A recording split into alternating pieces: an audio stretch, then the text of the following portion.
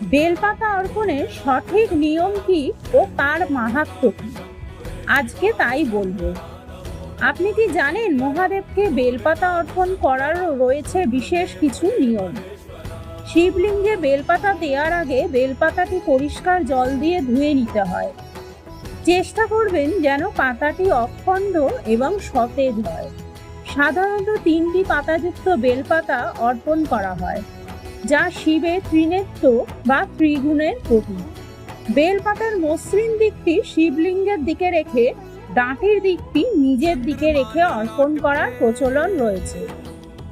তবে বিভিন্ন শাস্ত্র ও আচারভেদে নিয়মের কিছু কিছু পার্থক্য দেখা যায়। বেলপাতা মহাদেবের অত্যন্ত প্রিয়, তাই শ্রদ্ধা ও ভক্তি সহকারে বেলপাতা অর্পণ করলে ভগবান শিব প্রসন্ন হন এবং জীবনের অশান্তি ও বাধা দূর হয়।